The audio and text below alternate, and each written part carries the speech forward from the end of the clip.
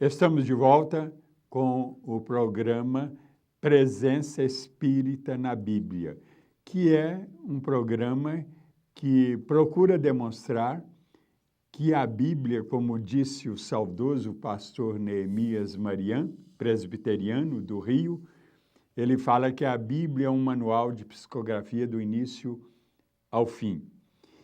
E esse programa procura mostrar isso, porque, de fato, não querendo denegrir nenhuma religião, nenhuma corrente religiosa, o Espiritismo é a corrente religiosa que mais segue a Bíblia. Nós não seguimos os dogmas, que nós respeitamos, mas porque são doutrinas polêmicas e que por isso são dogmas, nós não aceitamos, mas somos fiéis à interpretação da Bíblia de modo racional e a seguimos. Vamos à nossa segunda pergunta de hoje. Existe consenso entre os teólogos sobre o fim dos tempos? Pergunta interessante. De fato, vai haver um fim de tempo, um fim de ciclo, em que teremos, como diz o profeta Isaías, um novo céu e uma nova terra, onde jorrarão o mel e o trigo. É uma figura para dizer que a terra será uma terra de fartura, uma terra de abundância, uma terra de mais justiça, uma terra de mais amor, uma terra mais fiel ao ensino de Jesus. E não existe um consenso entre os teólogos. Hoje, eu diria, nós temos várias opiniões, mas no decorrer da história, essas opiniões elas eram mais variadas ainda. No início, a própria Igreja Católica também interpretava que haveria um final do mundo. O mundo ia ser destruído. Como aquela história de Noé, do primeiro fim do mundo, mas que, na verdade, não foi fim do mundo. Continuou a existir o mundo. Houve aquela inundação toda e que foi mais regional e não a terra toda, como se pensava. Então, a interpretação literal da Bíblia é um grande erro.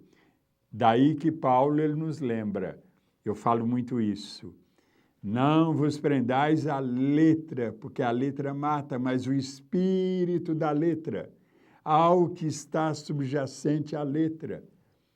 Então, nós não podemos literalmente interpretar a Bíblia. Daí essa confusão toda em que se transformou o cristianismo.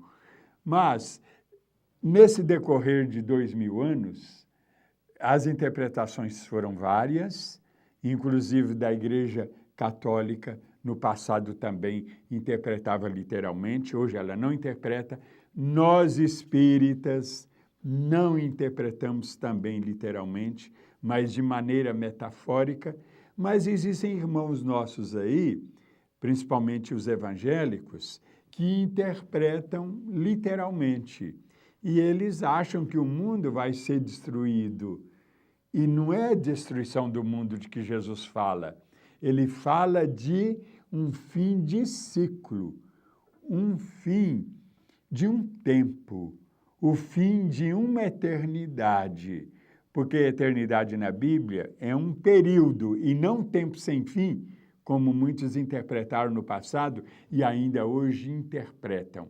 Aionios em grego quer dizer um tempo indefinido, indeterminado. Por isso, em Salmos, nós lemos lá uma frase que diz, as eternidades. Uma frase mais ou menos assim, o Senhor será adorado por todas as eternidades. Então, são várias, termina uma, começa outra. São períodos, são ciclos que terminam e vão começando outro. E que, inclusive, quando a Bíblia fala lá em fogo eterno, primeiro esse fogo é simbólico.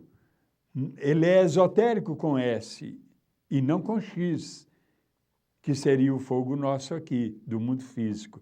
É um fogo simbólico, então é esotérico com S e não com X.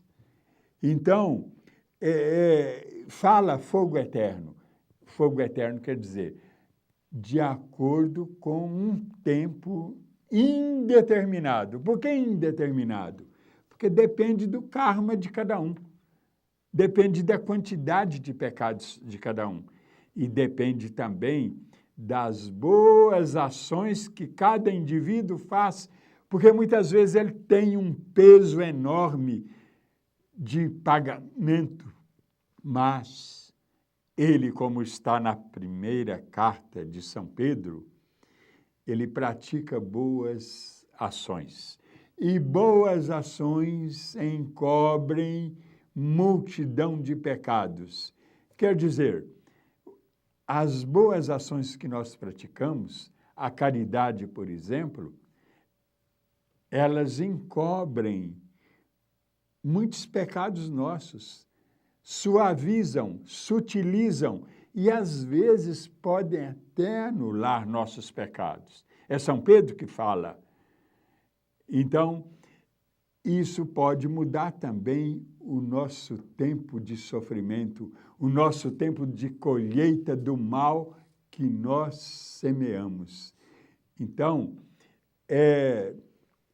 nós vamos ter também, com relação ao Apocalipse, um final de tempo, um final de um ciclo, mas não o fim do mundo.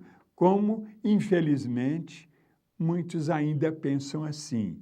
Esse não é o pensamento da Igreja Católica, e que é muito respeitado, é o mais respeitado no mundo, porque a Igreja Católica ela é uma instituição de cultura avançada e também de ciência e tecnologia, não querendo aqui menosprezar nossos irmãos de outras correntes cristãs, não.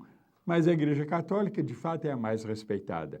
E, nesse sentido, nós espíritas também pensamos.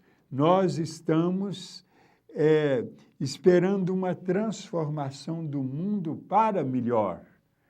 Uma transformação em que teremos mais justiça, teremos menos fome, não uma transformação que vai deixar a Terra totalmente isenta de todo sofrimento, não. Mas será uma terra de regeneração de fato, como o Espiritismo nos ensina. Uma terra em que deixará de ser um mundo de provas e expiações, um mundo, vamos dizer, de muito sofrimento, para ser um mundo de menos sofrimento. Então, nós estamos caminhando para isso. É aquilo que, em Efésios, Paulo fala, até que todos, eu digo muito isso, até que todos cheguemos à estatura mediana de Cristo. Quer dizer, até que tenhamos o Cristo manifesto em nós, de fato. E é isso que significa a vinda vitoriosa de Cristo para cada um de nós. Mas não fim do mundo. Nada disso. Deus não vai destruir o mundo. O mundo é perfeito. O que é imperfeito é cada um de nós. Todos nós somos imperfeitos e fazemos essa bagunça toda no mundo, esse transtorno todo no mundo. Um mundo em que há muita fome, um mundo em que há muita violência. O que está faltando nesse mundo? O cristianismo. E quando Jesus se tornar vitorioso, é exatamente quando houver essa grande transformação, que já está acontecendo de um modo geral, sim, mas ainda existe muita coisa aí para ser mudada. E à medida em que nós formos crescendo, evoluindo, esse mundo vai se melhorando, vai se transformando, vai se tornando, de fato, um mundo cristão. E esse mundo cristão vindouro, cristão de fato, é um mundo que significa o retorno de Jesus, o retorno triunfante, o retorno glorioso. E onde está essa glória de Jesus? Está nessa transformação nossa, de que o Apocalipse trata também de maneira figurada e mal interpretada durante toda a história do cristianismo, porque, de fato, o que vai acontecer é a nossa transformação, em que nos tornaremos cristãos de fato, seguidores fiéis de Jesus. Estamos chegando ao final desse programa. Você pode ver aí na telinha o nosso e-mail, através do qual você pode entrar em contato conosco, mandando suas perguntas, suas indagações, suas sugestões para nós. E com muito prazer vamos respondê-las. Muito obrigado e até o nosso próximo programa.